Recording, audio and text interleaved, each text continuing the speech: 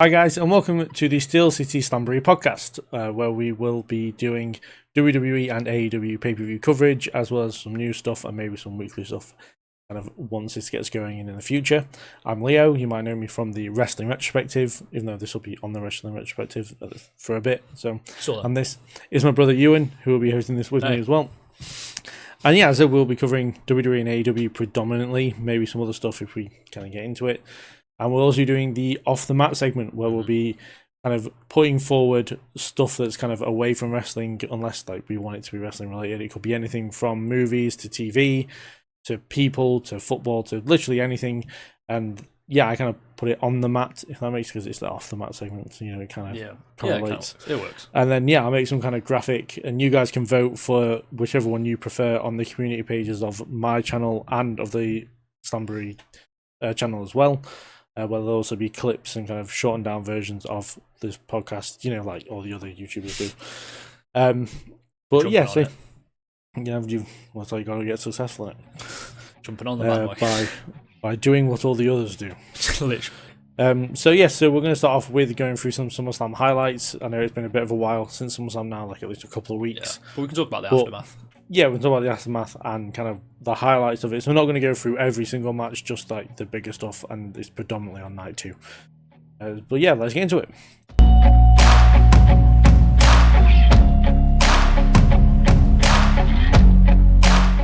So starting off with the highlights from SummerSlam, obviously, as I said, we're not going to go through match by match and night by night.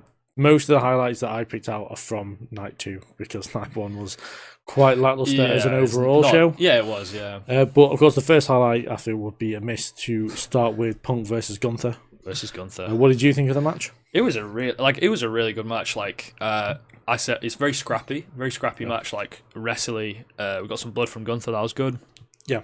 As a match, it was probably my third favorite match of SummerSlam, I would say. Yeah, I think it's the most physical Punk's been in a match within wrestling. I know he had the match with Drew McIntyre where he was all bloody and whatever. Yeah. But like from purely wrestling standards. Hell in a Cell's different, isn't it? Yeah. Like there's like two types. There's the bloody type and then there's the pure wrestling type. And that for Punk was probably his biggest test so far. Yeah. You know, he spent the majority of the match getting beaten up. Yeah, he got dominated. Yeah. So. Well, that's okay. It builds Gunther up. Yeah, I feel like it was. I'd say I put in my video that Gunther more or less wrestled the perfect match, and if it hadn't have been for him getting busted open, and maybe that threw him off a little bit. Yeah, because you saw him like in the corner, like looking at his hands, seeing blood, and kind of panicking a bit, which Punk then took advantage of. Yeah, he got the win, so it kind of was like the perfect match for Gunther, the perfect moment for Punk.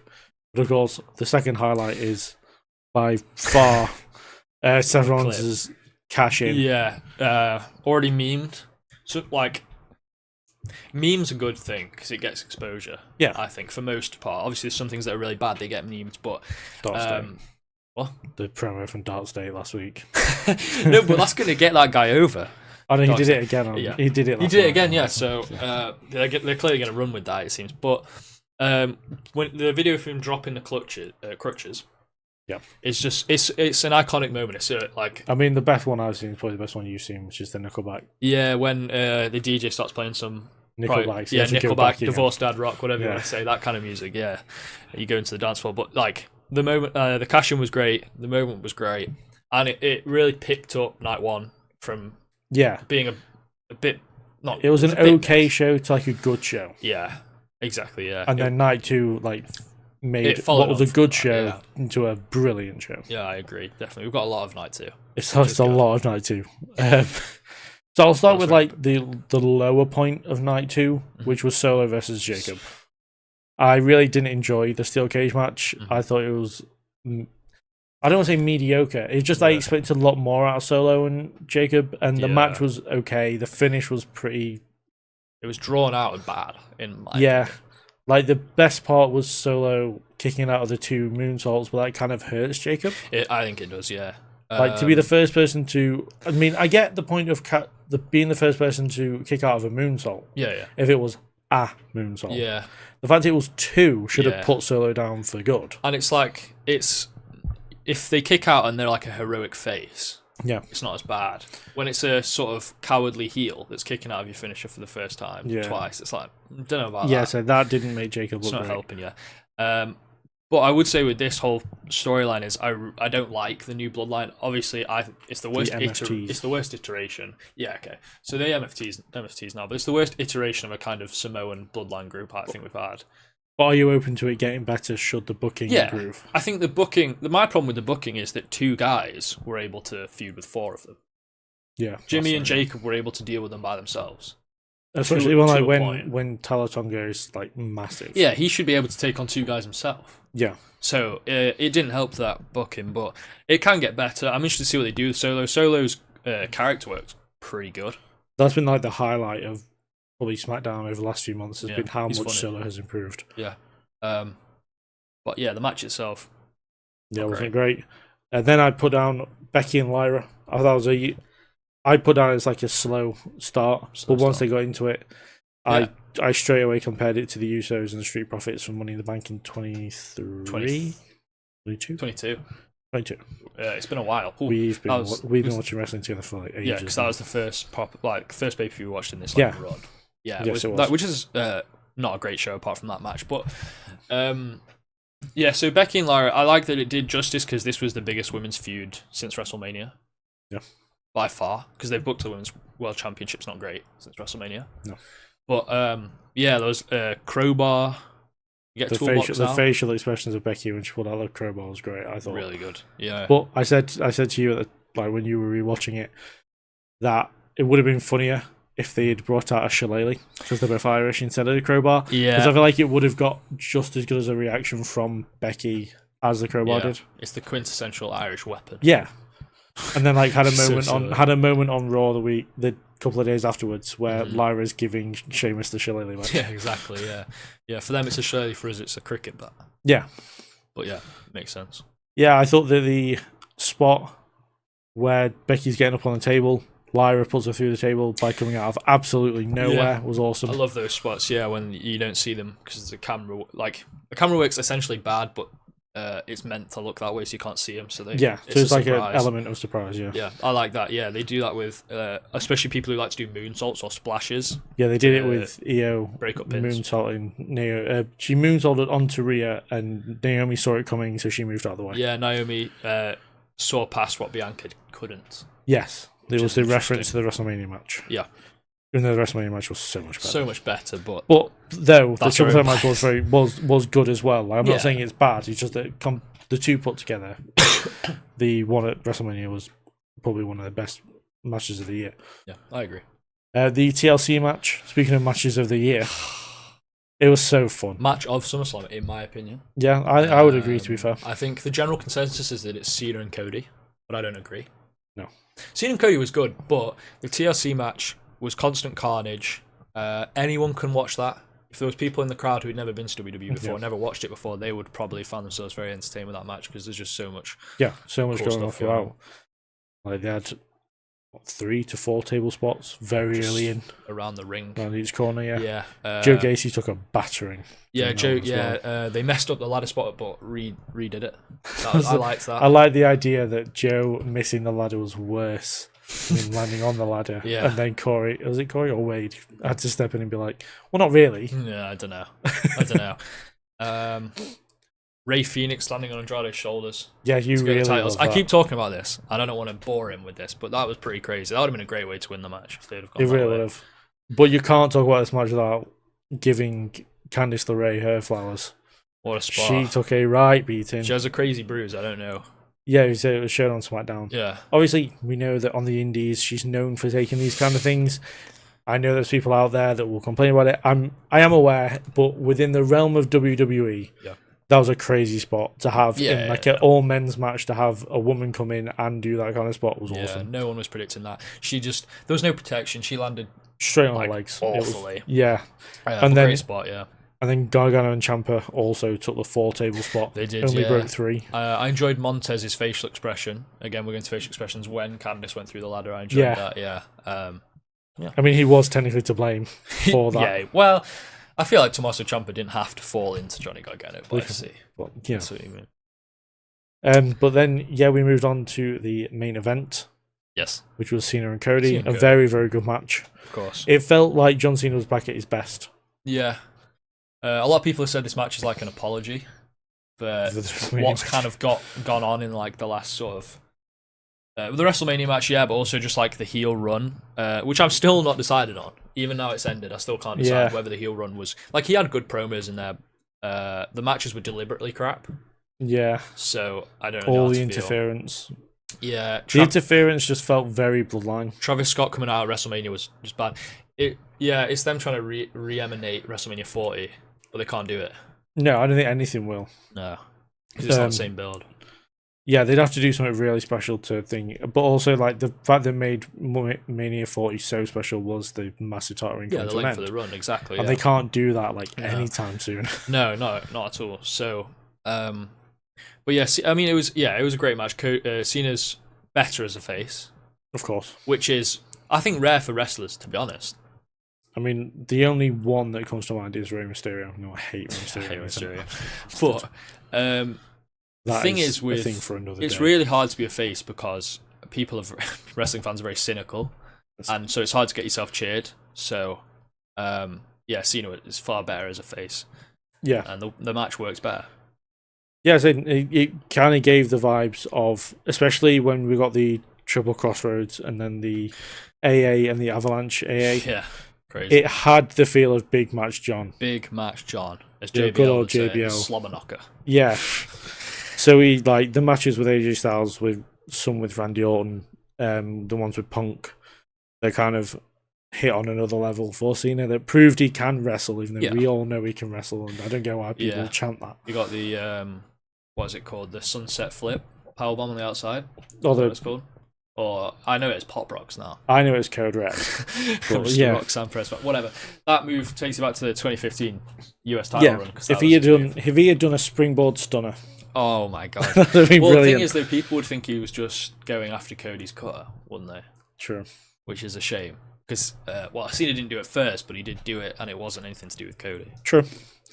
And then, yes, we got probably the biggest talking point of the weekend, which is, of course, the return of Brock Lesnar after the match. Your thoughts on the return of Brock Lesnar? It's just risky.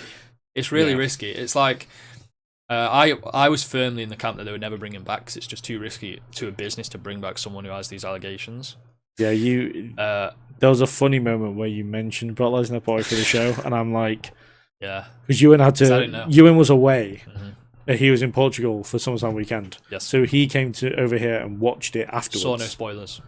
He didn't see any spoilers, but as soon as he mentioned Brock Lesnar, I had to quickly divert him away because I knew that he was coming. And even though I knew that Ewan had absolutely no idea, to be fair, I could have said to him, "Yeah, Brock Lesnar came back." And you wouldn't believe it. You wouldn't have believed me until you saw it. Because there's other wrestlers that have had allegations that have been disproven, but they won't bring them back. It's just because Brock Lesnar brings in so much money and viewership. They're happy to bring him back. Like, they're not going to bring back Odyssey Jones, even though I'm pretty sure he got cleared of his. It was actually the other way around with Odyssey. She was doing stuff to him. Yeah, but they won't bring him back because she's ruined his career. So it's a weird one, but I'm excited. Obviously, I'm excited to see where it goes. I think you mentioned this to me. Is like I feel like Brock Lesnar will probably lose more. You would think so. But then it is Brock Lesnar. It is Brock Lesnar. It's hard to say. I don't know whether I want to say that he definitely loses to Cena.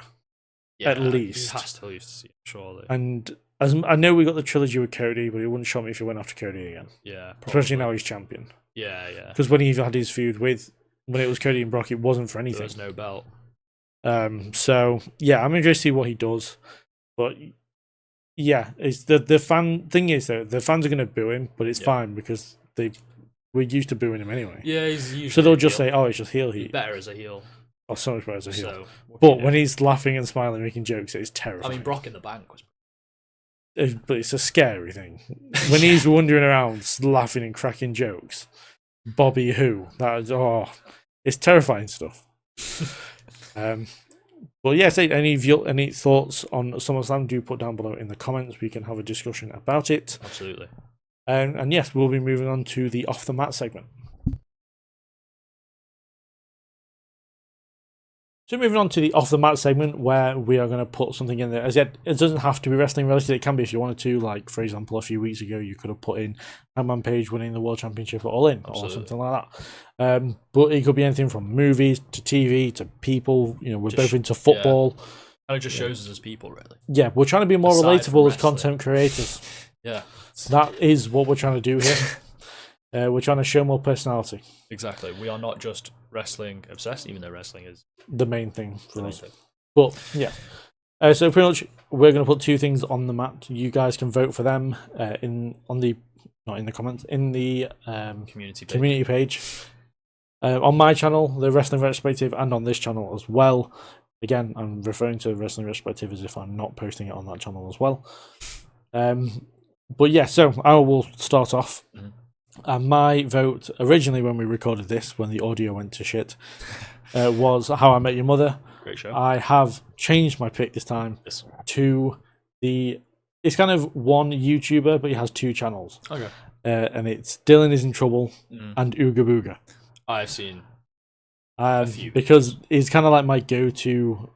I don't even call it like default YouTube channel. If I want to sit down and eat something, I will go to his channel and just watch a video I've seen before. Generation. Everyone does that now. Yeah, YouTube. So yeah, straight on YouTube while I'm eating.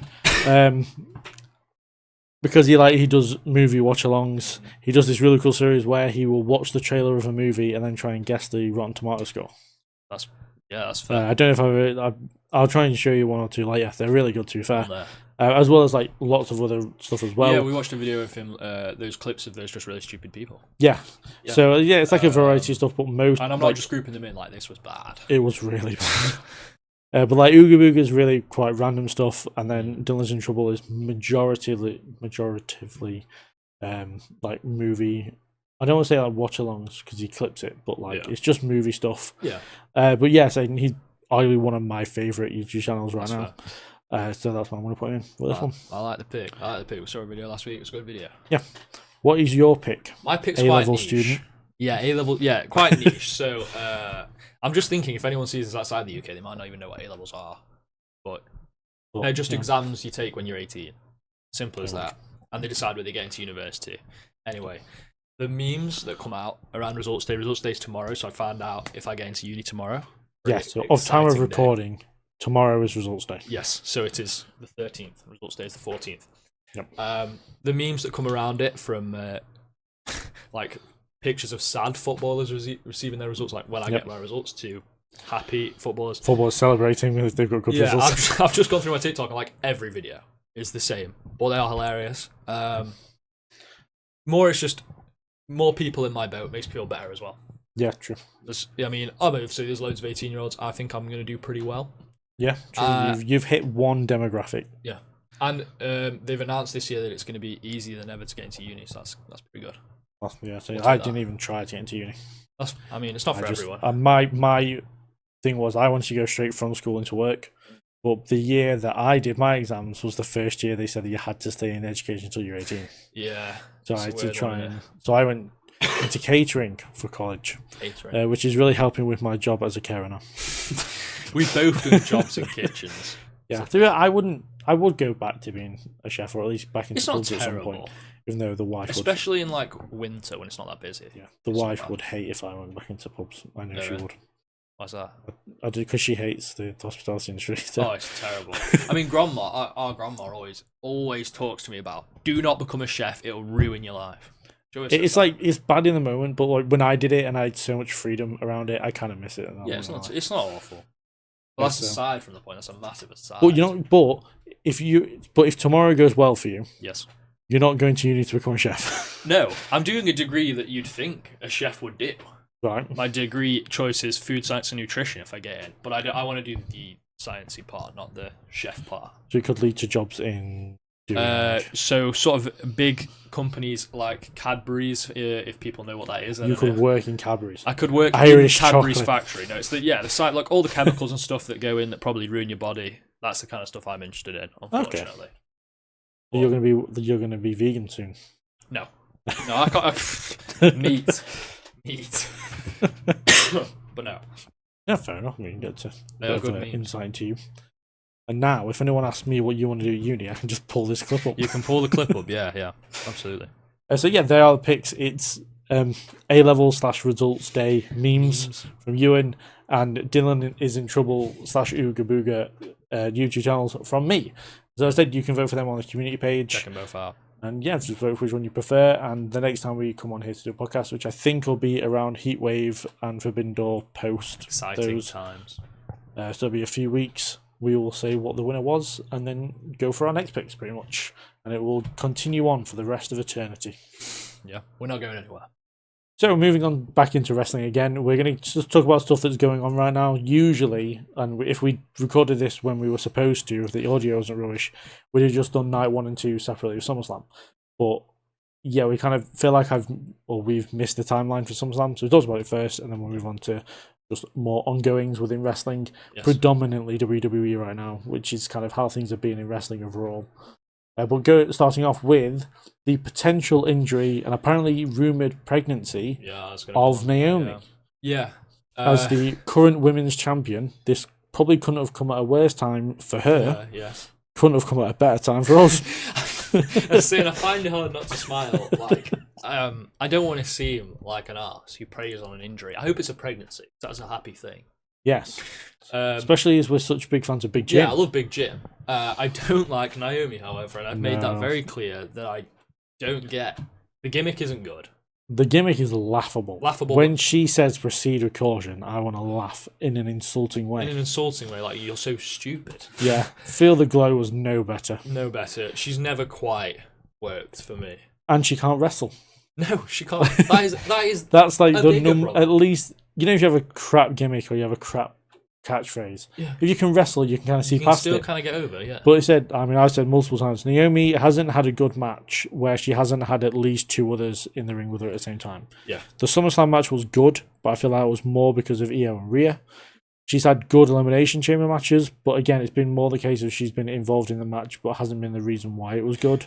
And same with Money in the Bank. Yeah. But I couldn't possibly name you a Naomi match that was good and it was just a singles match. And it was because of her. I cannot name a good Naomi singles match. So for me, when I saw the injury / possible pregnancy, my straight response was she should just go out there, lose to Io, and things will be back to the way they should be. Yeah, Leo messaged me with the news that Naomi was injured, and my response back was, well, I think we're going to have to strip her of the title. Yeah. Our thing is, as long as the world title gets shifted away from Naomi, that would be great. Yeah, it's not working for me. It's no. not working for him. It's working for a lot of people. That's why we feel weird about this, because a lot of people... Yeah, we are in the minority when it comes to this opinion. Yeah, so... The Naomi isn't very good. And I've always said I'm willing to have my thoughts changed, but it doesn't seem like we're going to get any closer to that, unfortunately. No. Like, I haven't changed... My thoughts on Naomi haven't changed since she was a Funkadactyl. Yeah. So, no, since Game Show NXT... Oh, Game Show NXT. Game Show NXT. I should have nominated for that, for our Aftermath segment, the theme to Game Show NXT. Yeah, that is a banger. That is so good. Yeah. If you're going to go watch Game Show NXT, just go watch it for the theme alone. It's so good. It's so good. But moving on, we're going to talk a bit about John Cena. Now he's babyface again. Yes. I'm going to change up the board a little bit. That's fair. So we know he's facing Logan Paul Clash of Paris. We do. Thoughts on that match going down, and the thoughts are more the thoughts of it going down in his retirement year. Yeah. So first of all, Logan's grown on me. Yeah. Over the last few months, shocking that him being around more means I like him more. Yeah. Shocking how not being a part timer actually makes you like him more. But I do feel it's a wasted spot on the retirement tour. Yeah, fair. I feel like this, for me, has the overwhelming feeling of putting over John Cena. Yeah. Where Logan's going to beat him to make Logan look good because he's like one of the future people, which is weird to say. Heroes, yeah, so humble. But for me, at the same time, like Logan's growing on me, but it's more because I'm listening to his podcast more. Yeah, I watched him posted this week, yeah. The interview with Tiffany Stratton was really good. Very good. I've seen clips from the one with Ariel Helwani. Yeah, I watched a bit of the one with Michael Cole. I watched all of that. That was really good. It gave me like a different point of view on Michael Cole. I haven't seen him do much interviews that haven't been like him talking a very WWE way. Yeah, so he was less like a stickler for the rules and more like, I more got to see what Michael Cole's actually like as a person. Yeah, the one with John's great. John said, I can't remember what the quote was directly, but he said pretty much that being a wrestling fan is like a full-time job, and I saved that clip for when people want to come at me from a wrestling fan. Good quotes, Oh, John's right. He's a quote machine. My favourite quote from John Cena is probably, this is a shoot first date, and But no, his whole House Rules was hilarious on Total Bells. Oh yeah, the House Rules segment. That was so funny. But yeah, so I think, as I said, it wouldn't surprise. Actually, to be fair, I would go on a limb and say that Logan's winning at Clash in Paris. That's how confident I am about Cena putting people over in the back end of his retirement tour. Yeah. I don't know. God, what a tragedy that would be if Paul beat John Cena. But you got to remember, Logan Paul eliminated CM Punk from the Royal Rumble. Yeah, it's weird. I saw this thing. And he beat Randy Orton and Kevin Owens last year or something. John Cena's been around Logan Paul more than anyone else on his retirement tour. Because he was in the Rumble with him, and he was in the Chamber with him, and he was in that tag match with him. Yeah. I think there's other examples, but I can't think of them. But yeah, so... yeah, it's really interesting. I would have preferred... I feel like we all kind of thought before SummerSlam that maybe this would be AJ Styles' match to have, given that it's in France. And because lots of people want a Cena Styles match. But they're just continuing with the Styles-Dominic feud, unfortunately. I mean, not really unfortunately. It's been a really funny feud. No, it's a good feud. I'm just hoping Styles wins it. So the thing, people thought that Styles beats Dom in Paris and then faces Cena for the Intercontinental title, and then Cena gets his Grand Slam. That's fair. That's a fair assumption. I wouldn't be against that, but it means that Styles would have to have a very short reign. Yeah, we don't get enough short reigns anymore, though. I used to complain about them. True. So I feel bad saying we don't get enough of them, but like every reign is like 100 days now. It's like, we can have transitional champions, Naomi. Yeah. That was a forced transition. No, to be fair, I thought that Naomi was going to lose to Stephanie at Paris anyway. I would. Because I can't tell you how much I would hope. Because I think they're doing the dream match of Stephanie versus Rhea in Rhea's hometown. Or in Rhea's home country. Yeah, that match has been dreamed about already. So. But I also can't wait to see Io versus Stephanie Vicaire where there is no interruption and they actually let them go. We're getting there. With that one. But yeah, moving on to, again, this is us trying to show what our preferences are. Yeah, we want to let you know who we like and who we don't. So one thing that we are very much agreeing on is that Rey Mysterio is the biggest heel in WWE. Deadbeat. But one of the biggest things currently is Sami Zayn.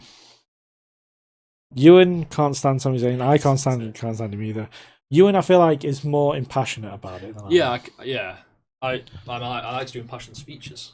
Yeah. No, I'm joking. So here's your moment. Yes, here's my moment. So I was prefix with, I have never been the biggest Sami Zayn fan, although when he was doing the Bloodline stuff, he was fine. Like, I was okay with him being on the television. But right now, I just want him to go away. Because he's not a bad wrestler.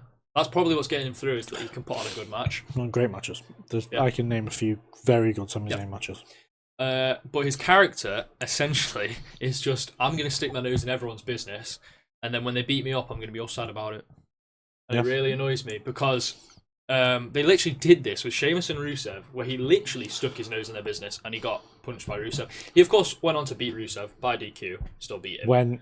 When the Bloodline attacked him because he came over to SmackDown just because it was in Canada and pinned the United States champion. The United States champion, which was just it's which you would never see. No, it's a joke between us now. It's like, guess who Sami Zayn beat?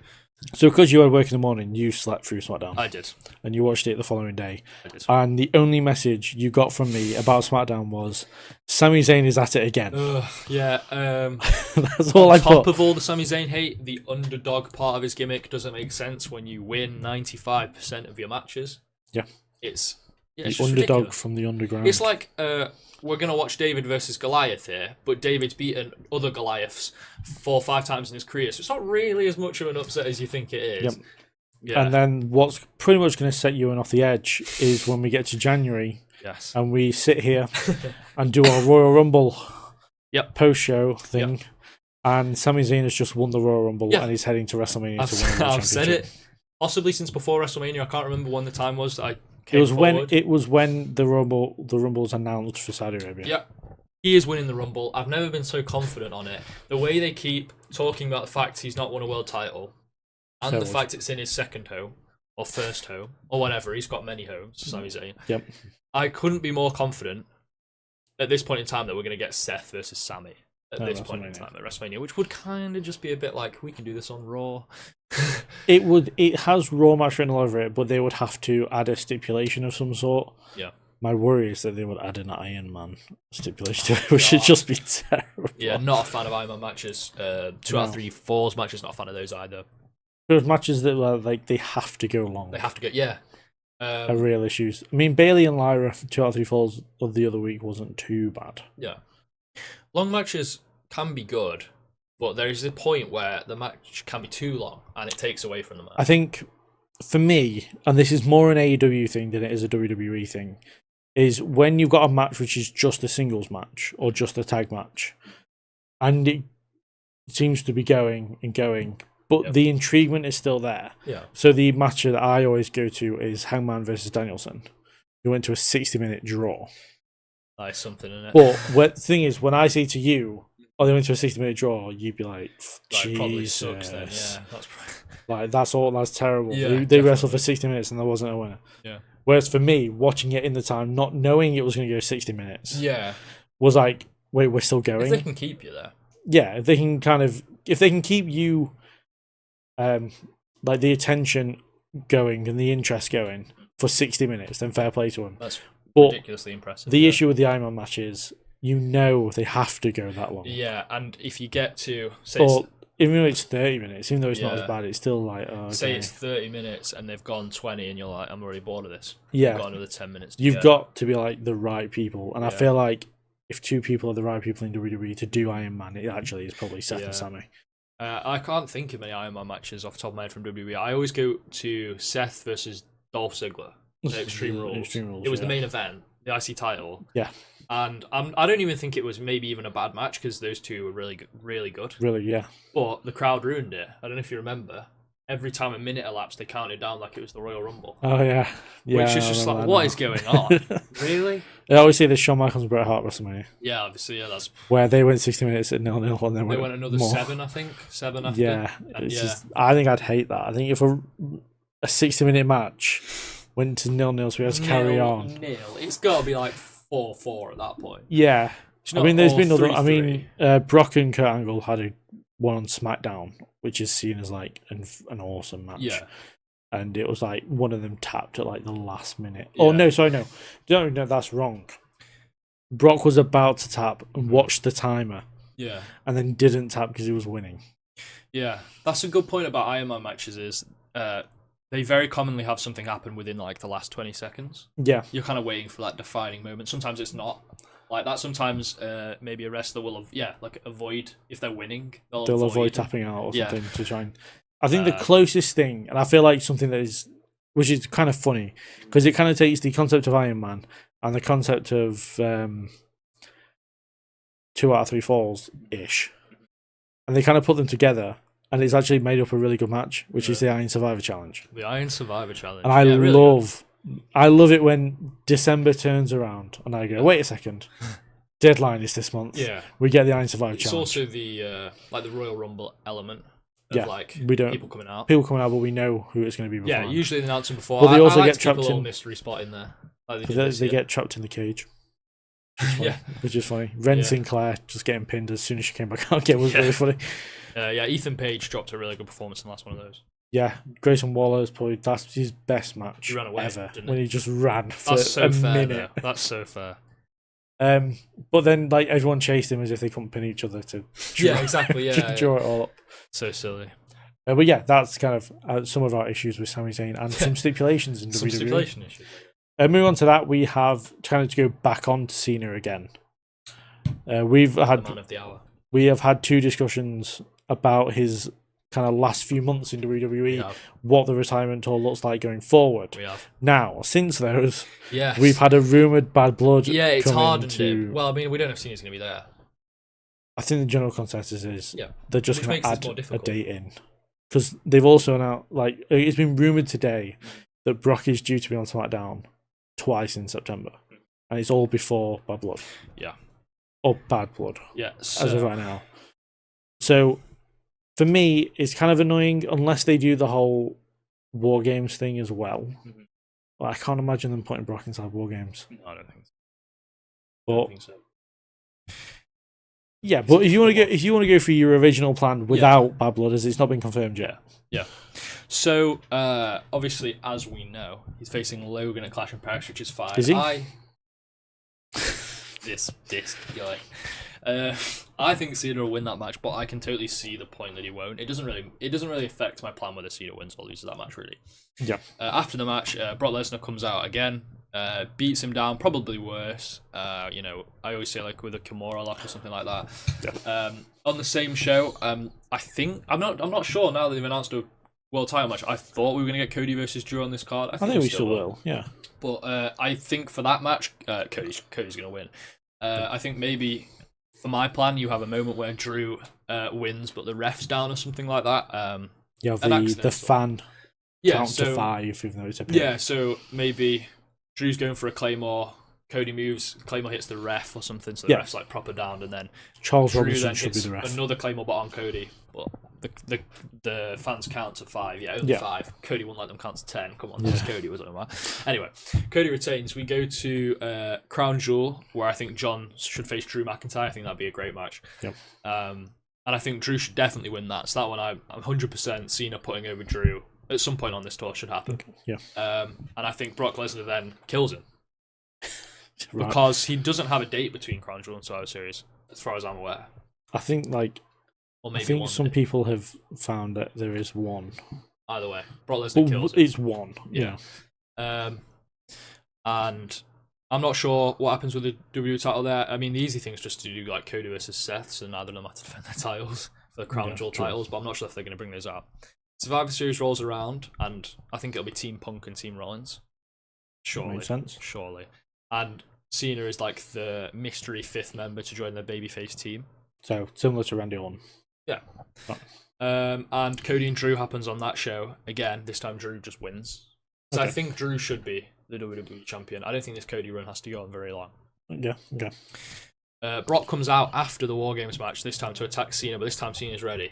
Cena catches him with an AA maybe, and then he announces the match for being told December 27th, which is later in December than I thought. Yeah, it's the same day. So that's a long build. That's a massively long build. So that's my one worry is whether Cena and Lesnar will be able to draw this out for that long. I think so. I think on name power alone. Yeah. And I think Cena should win. I don't see any reason why Brock, although, a lot of people like to lose their last match, I don't really see any reason why Brock should have to win. Yeah, no, fair enough. I countered that because I also had like a very, very similar idea. Very similar, yeah. Where, Logan and Cena at Clash in Paris. But then at Crown Jewel, he faces somebody. I don't really have anyone in mind right now. But kind of spoil it in a way. It wouldn't be Brock and it wouldn't be Drew.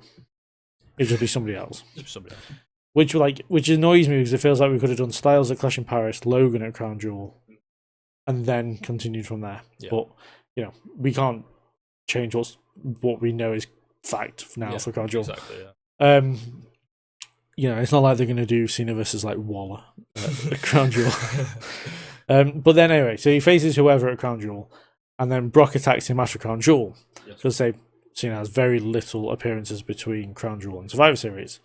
We then get Brock versus Cena at Survivor Series because Big 4 pay-per-view, strong match to end on. Massive match, yeah. And it's kind of the match you could... I would say that it's the kind of match that you could put on after War Games. Yeah, I think so. Yeah, not many matches will be able to. It probably wouldn't be that long. No. So it's okay. Yeah, I feel like it's like one of those one-off times where, like with the Royal Rumble, where there's every so often there's a match. The Rumble won't go on last. Yeah, well, the storyline's bigger. Yeah, like Roman and Kevin. Yeah, the third one. Yes, the third. The third Roman and Kevin. Yeah. So then we get the match at Survivor Series. I would probably have Cena get the win on that one.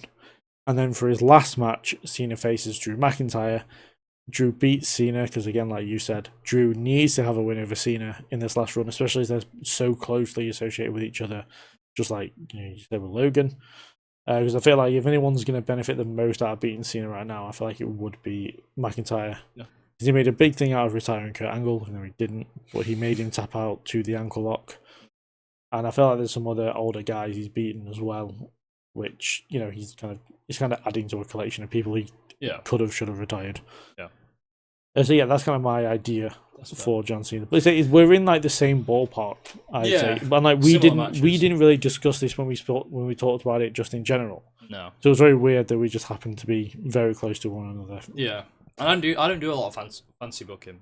I can't think that far ahead. I'm not very creative. But when I came up with that, and if someone says, I was like, okay, I've got something right here at least. Yeah. So moving on to what I feel is a huge negative. Yes. He's going to take the lead on this one. Karrion Kross. I might cry.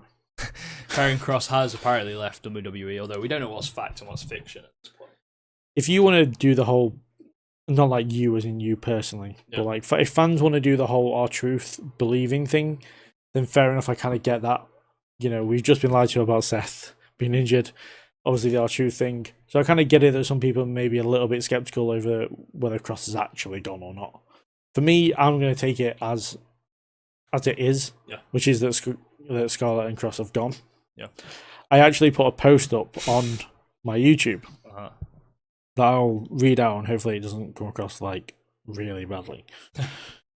That was kind of not just about Kross and Scarlett getting released, or not, they didn't get released, their contracts didn't get renewed. But about someone else as well. So I put on my YouTube. So I know that, like, I'll try again. I'm not good at reading out loud, so you have to forgive me. So I know I don't take wrestling too seriously. I feel like I made that obvious on every video I put out, and I feel like I made that obvious with you as well. Yep. Like, I don't go too far into it. No. But it doesn't take away from the shitty feeling of seeing some of your favourite wrestlers leave. Yeah. This year saw Shotzi and now Karrion Kross and Scarlett leave WWE. And now I don't feel anger towards this. I'm not going to complain on the internet about how I feel about all this. It's not on your Twitter. And about the WWE and the circumstances surrounding them leaving and all that stuff. It's just a part of life and the part of the business. Yeah.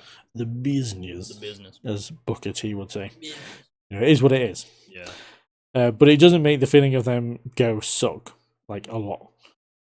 But yeah, I just put like, oh, thank you thing. And it's kind of funny because I recently, like, literally just after WrestleMania, did a list of like 12 of my favourite WWE superstars. Yeah. And 2 of the 4 people on the thumbnail was Shotzi and Karrion.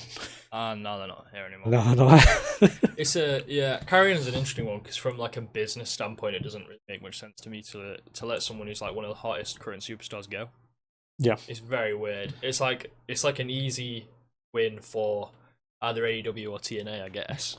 The thing is, from what I've heard, and I didn't say anything at the time, and I watched TNA at the time because that's how I know Kross is through TNA. But apparently, Don Callis has made some remarks about Scarlett. Oh, really? Well, when he got described as a sex pest, this looked like he's going to be going to AEW. Apparently, he's going to go to New Japan. Or go to some kind of Japan to do stuff, which is fine for me. I've been watching New Japan, so I'm fully for it. But yeah, no, for me, like I said, I've been a fan of Kross for a long time. Very much so. Like to the point where like you've currently come on the Kross train. Yeah, I'm on a completely different train that's like well ahead. Like, I used to mock him for it. Yeah. What do you see in this guy? Well, yeah, I used to glaze Kross a lot when we play 2K. Pushing Kross, you never understood. But yeah, no, it's just one of those things where, like, for me, especially because I'm such a big fan of Kross, it sucked especially. And then obviously with Shotzi going earlier this year as well. Yeah. But I'm looking forward to seeing what they're doing away from WWE. I don't really keep up with indies that much, but obviously I know what's going on with Shotzi through social media, and it's a lot easier to watch everything that's going on nowadays. Yeah, social media. So yeah, I'm curious to see what they do next. But yeah, I'm also curious to see what he does in Japan. Yeah, that's fair. It's funny you mentioned the universe because I was thinking you used to push Karrion Kross, but now we just push ourselves to them. Yeah, we're just like the world champions the whole time. We are. We're sad little gamer boys. Let's move on to Forbidden Door, which is something I don't. It's not my specialist subject, but I want to ask Leo, who is top 3 because he's been watching New Japan this year. He tells me. I have. I've become that wrestling guy who watches everything. Who his top 3 New Japan superstars that he would like to see at Forbidden Door? So I think straight away, the person who I like the most in New Japan is David Finlay. Fit Finlay's son. Finlay's son, yes. And I don't know whether because you don't watch that much NXT. Not a lot. But Uriah Connors. He's part of the new Chase U. I've heard it. Yes. He is the brother of David Finlay. Oh, is he? Yes. Oh, so yeah, okay, fair enough. Which I can see because I know who his brother is. I can see the resemblance.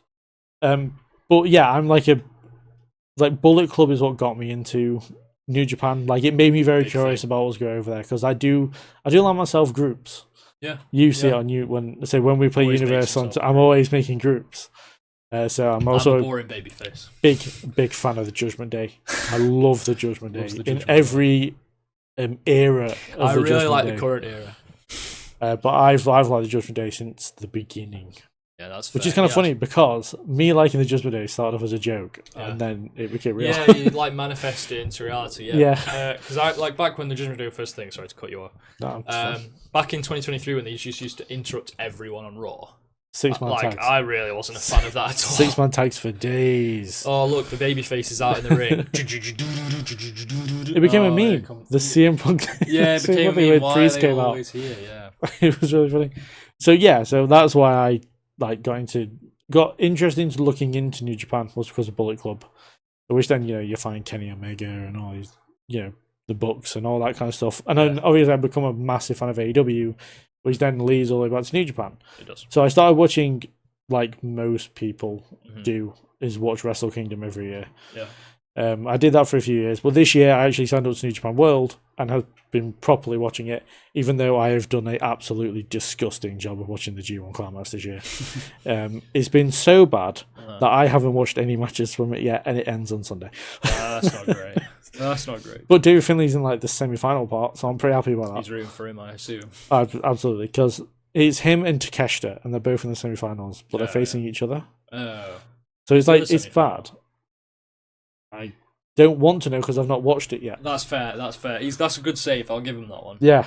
That was a great save. Well, as far as Forbidden Door goes, Evil and the House of Torture is another like big group that I wasn't even aware of when I started watching New Japan. Yeah. And they are hated. They are like the biggest heels in the place. Like, very fair. if you take the heat of just Dom, put it on the whole of the Judgment Day, that's what the House of Torture is like. Okay. I'm surprised that they haven't used them. It's not like it's not that I'm aware of that it's a new thing. And they were clumped in with Bullet Club at one point, and then they separated. And I'm surprised they weren't used on AW for the past Forbidden Doors. Yeah.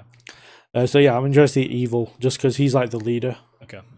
And like, I can't remember what the match was when I watched. I believe it was Dominion. We had a really good match on there. So I'm really interested in seeing him if he shows up. Obviously, Tanahashi is having his kind of retirement tour. Yes. Which is kind of ironic. He is the Japan guy. But like, also, they said back in, I think it was like March or something, when they had an event in America, there will be Tanahashi's last match in America. Well, Forbidden Doors in England. It is. So I assume it's going to be his last match in Europe, or his last match overseas, or his last match in England. Last match, aside from Japan, I guess. Yeah. I wonder how many times he's wrestled in the UK, I feel like. I'm not sure, I couldn't tell you. I feel like not many.